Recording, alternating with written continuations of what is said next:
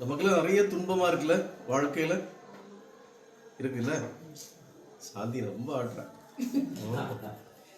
நிறைய துன்பம், நிறைய துயரம், நிறைய வலி, நிறைய தோல்விகள், நிறைய கஷ்டம், நிறைய நஷ்டம், இப்படிலாம் இருக்குல்ல. ஏன் இருக்கு? ஏன் இருக்கு? கர்மா. நாம தூங்குறப்போ இதெல்லாம் இருக்குதா? இல்ல. நாம நல்லா தூங்குறோம். ராத்திரி ஒரு 11 மணிக்காக தூங்கிடுவோம்ல.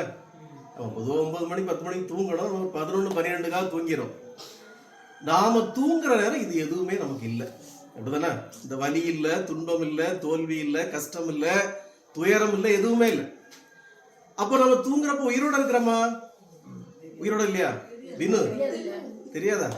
அப்படியா? குணமாய் திருப்பி கிளம்புறோமா? அப்ப நம்ம தூங்குறப்பவும் உயிரோட தான் இருக்கும். அப்பயே நமக்கு அந்த வலி தெரியல, இந்த துயரம் தெரியல, கஷ்டம் தெரியல, துன்பம் ஏன் தெரியல? ஏன் இல்ல? மூளையும் தூங்குதா? மூளை தூங்குனா எப்படிக்குள்ள உடம்பு வேலை செய்யும்?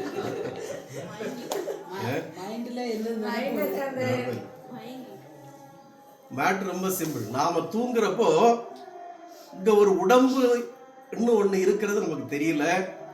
இந்த சிவகுமார் அப்படிங்கிறது நமக்கு தெரியல. இந்த உடம்புக்கு பேர் சிவகுமாருங்க தெரியல. நாம டாக்டர் அப்படிங்க தெரியல. நமக்கு ஹாஸ்பிட்டல் இருக்க தெரியல. நாம் பெரிய பணக்கார அது தெரியல. நமக்கு நிறைய கார் இருக்கிறது தெரியல. இது எதுவுமே நமக்கு தெரியல. இது ஒன்றும் தெரியாததுனால நாம நிம்மதியா தூங்குறோம். தூங்கி எழும்புற உடனே இதெல்லாம் ஞாபகம். நான் யார் தெரியுமா? நான் எவ்வளவு பெரிய ஆள் தெரியுமா?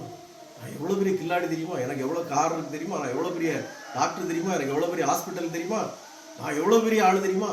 இந்த நினைப்பு எல்லாம் உள்ள வந்த உடனே வெளியில அது வரைக்கும் இந்த துன்பங்கள் எல்லாம் உள்ள வந்து, இதைத்தான் பகவான் ரமணர் சொல்றாரு. இதைத்தான் எல்லா மகன்களும் சொல்றாங்க. நான் என்கிற ஒன்னையே நீங்க மறந்துருங்க. அப்படி ஒண்ணுங்க இல்ல, அப்படி ஒண்ணுங்க இல்ல. அது எப்படி சாமி நீங்க என்ன சொல்றீங்க? அப்ப இங்க ஒண்ணு இல்லையா? நான் இருக்கேன்ல, எனக்கு வலிக்குது இல்ல, நுள்ளுனா யாரும் வலிக்குது இல்லை எனக்கு. அப்ப நான் என்கிறது இல்லைங்கிறது எப்படி அப்படின்னா, அதை நீங்க ஆன்மீகத்தனமா உணரணும். அதாவது நீங்க பிராக்டிக்கலா ஒரு உடம்பு இருக்குல்ல அப்படின்னு நினைச்சா உடம்பு இருக்கு. ஆனா நீங்க இறையொருளால நீங்க என்ன நினைக்கணும்னா, இப்போ இவ்வளவு நாளும் நம்ம சத்சங்கங்கள்ல என்ன சொல்லிட்டு இருந்தோம்? நாமத்தின் மகிமைகளை சொல்றப்போ ஆஞ்சநேயரை பத்தியா, நாரதரை பாத்தியா, பிரகலாதனை பாத்தியா, இதெல்லாம் சொல்லிட்டு இருந்தோம். இப்போ நவடேஸ் என்ன பாத்தியா அப்படிங்கிற சொல்ற அளவுக்கு நாமம் நம்மளை உயர்த்துது. இப்ப அடியனுடைய வாழ்க்கையில இந்த நாமம் செய்யற அற்புதங்கள் எல்லாம் பாத்தீங்கன்னா மிகப்பெரிய அற்புதம். நேத்து அந்த நாமம் செய்த அற்புதமே பெரிய அற்புதம். அதை பொது சபையில என்னால விவரிக்க முடியாது. ஏற்கனவே ஒரு விஷயம் சொன்னேன், அந்த குளவி கூடு கொட்டாம இருக்கு. இன்னைக்கு காலையில குளிக்கிறச்ச கூட எல்லாம் பறந்து மொச்சி மேல வந்து உட்கார்ந்துருக்கு, ஆனா கொட்டவே இல்லை. அப்ப நாமம் சொல்ல சொல்ல சொல்ல இந்த மகிமைகள் அற்புதமாக எழுதும்.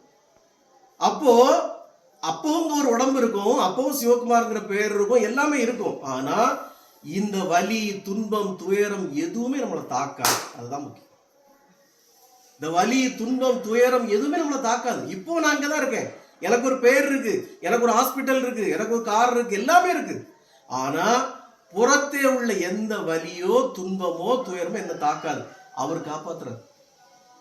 நேத்தெல்லாம் எனக்கு அப்படி ஒரு அரக்க குணம் அப்படி ஒரு செகண்ட்ல வெளியே வந்தது. பகவான் வேண்ட, பகவானே இந்த குணத்தை எப்படியாவது குறைச்சிடணும், ஏதாவது நடந்துட்டா பெரிய அசிங்கம். அப்போ அவர் அப்படியே அந்த ஹிஸ்டரியை புரட்டி கொடுக்குறார். இதுதான் இந்த நாமத்தின் மகிமை.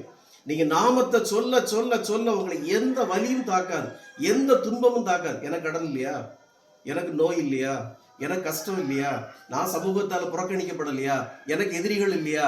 யார் இல்லை, வீட்டிலே எதிரிகள் இருக்கிறாங்க, உங்களுக்கு எல்லாம் வெளியே தான் இருப்பாங்க. அப்ப இதெல்லாம் தாண்டி எப்படி பகவான் நம்மளை வழி நடத்துகிறாங்கன்னா, அதுதான் நாமத்தின் மகிமை. நாம திருப்பி திருப்பி சொல்றதான். நீங்க நான் என்கிற ஒண்ணு, எனக்கு ஏன் அந்த அசுரகுணம் வந்தது? நான் என்கிற ஒண்ணு இருந்ததுனாலதான் வந்தது. என்ன எப்படி இப்படி அப்படிங்கிற ஒரு எண்ணம் வருது. இந்த எண்ணமே நமக்கு வரக்கூடாதுன்னு பகவான் உணர்ந்துறார். இந்த இடம் காப்பாத்திட்டேன், இனிமேல் உனக்கு இந்த எண்ணம் வரக்கூடாது. எது நடந்தாலும், எந்த அவமானங்கள், எந்த தோல்விகள் வந்தாலும் அது எனக்கானது இல்லை அப்படிங்கிற ஒரு எண்ணம் வரும். அப்ப நாமத்தின் சிறப்பு இங்கே நான் என்கிற ஒரு எண்ணமே இல்லாமல் நாம் வாழ்ந்தால் நாமத்தின் சிறப்பு மேலோங்கி நிற்கும். அப்போ இந்த உடம்பு என்பது நான் இல்லை, இந்த பேர் என்பது நான் இல்லை, இந்த உடம்புக்கு வரக்கூடிய வலிகள், இந்த மனதிற்கு வரக்கூடிய எண்ணங்கள், தோல்விகள் எதுவுமே எனக்கானது இல்லை அப்படிங்கிற ஒரு எண்ணத்தை எது தரும்னா உங்களுடைய சாதாரண சிந்தனைகள் தராது. இப்போ கூட உங்களுக்குள்ள சந்தேகம் இருக்கும், அது எப்படி, ஹவ் இட் இஸ் பாசிபிள், இவர் ஏதோ சொல்றாரு. ஆனா நீங்க இந்த நாமத்தை மூச்சாக சுவாசிக்கும் போது, சொல்றது இல்லை, நாமத்தை மூச்சாக சுவாசிக்கும் போது புறத்தே உள்ள எந்த துன்பம் உங்களை தாக்காது. இது இவ்வளவு நாளும் அவர் சொன்னார் இவர் சொன்னார் சொல்றேன், இப்ப அடியேன்னு சொல்றேன், அது உங்களை தாக்காது. ஏன்னா அனுபவத்தால் உணர்ந்துகிட்டு இருக்கிறோம்.